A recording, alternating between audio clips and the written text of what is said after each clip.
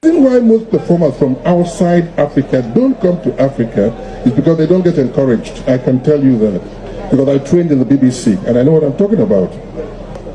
Listen, I am going to talk about the glory that was Ghana, that is Ghana, that will continue to be Ghana.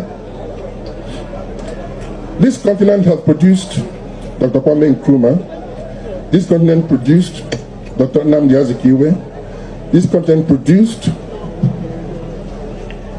the man from Kenya, Jomo Kenyatta. This country produced Nelson Mandela. Look, Africa has made its contribution to the entire world, and I can tell you that.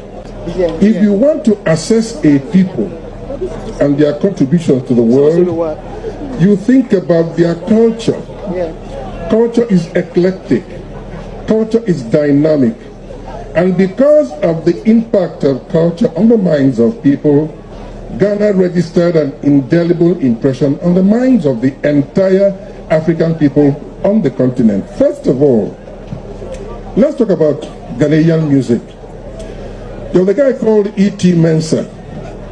He began it all. He gave us Day by Day, and then Africa, the home of freedom. Ghana, the land of freedom.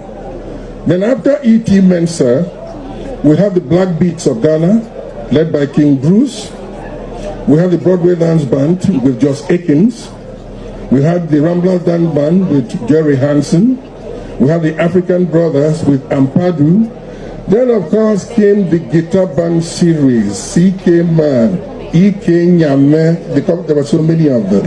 And all this music originated from Ghana. Why? In Nigeria, the popular genre in music is high life. Where did high life come from? Ghana. This is where it originated. And this is why, whenever you play high life, you cannot forget to mention that this is the home of high life. Sitting down here and looking at the young men and women performing, I tell you the truth, I've been carried away. I wish I were as light as Pat Thomas. I would have been dancing here, you know? You know, Ghana became independent in 1957. Until then, so many countries on the continent of Africa were not independent.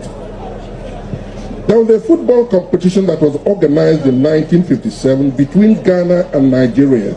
It was called the Jalco Cup competition. I don't ever recall that experience with nostalgia, but with plenty of melancholy. Why? Because Ghana beat us by 7 goals to nothing.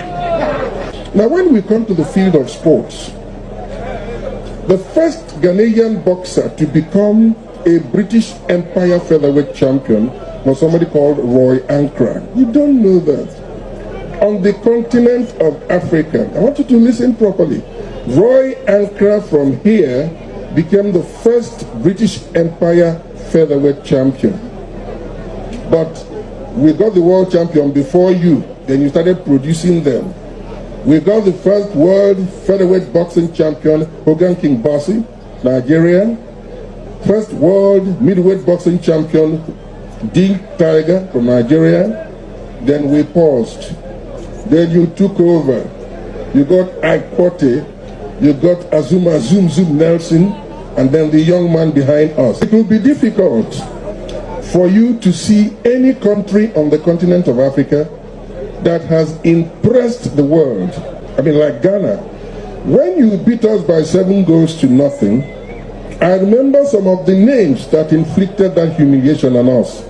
I remember Agrifin, center forward, Wilberforce Nfum, goal, center half Charles Gayamfi, captain, outside right Babayara, outside left Salisu, left full back Oblite, right full back Odameti.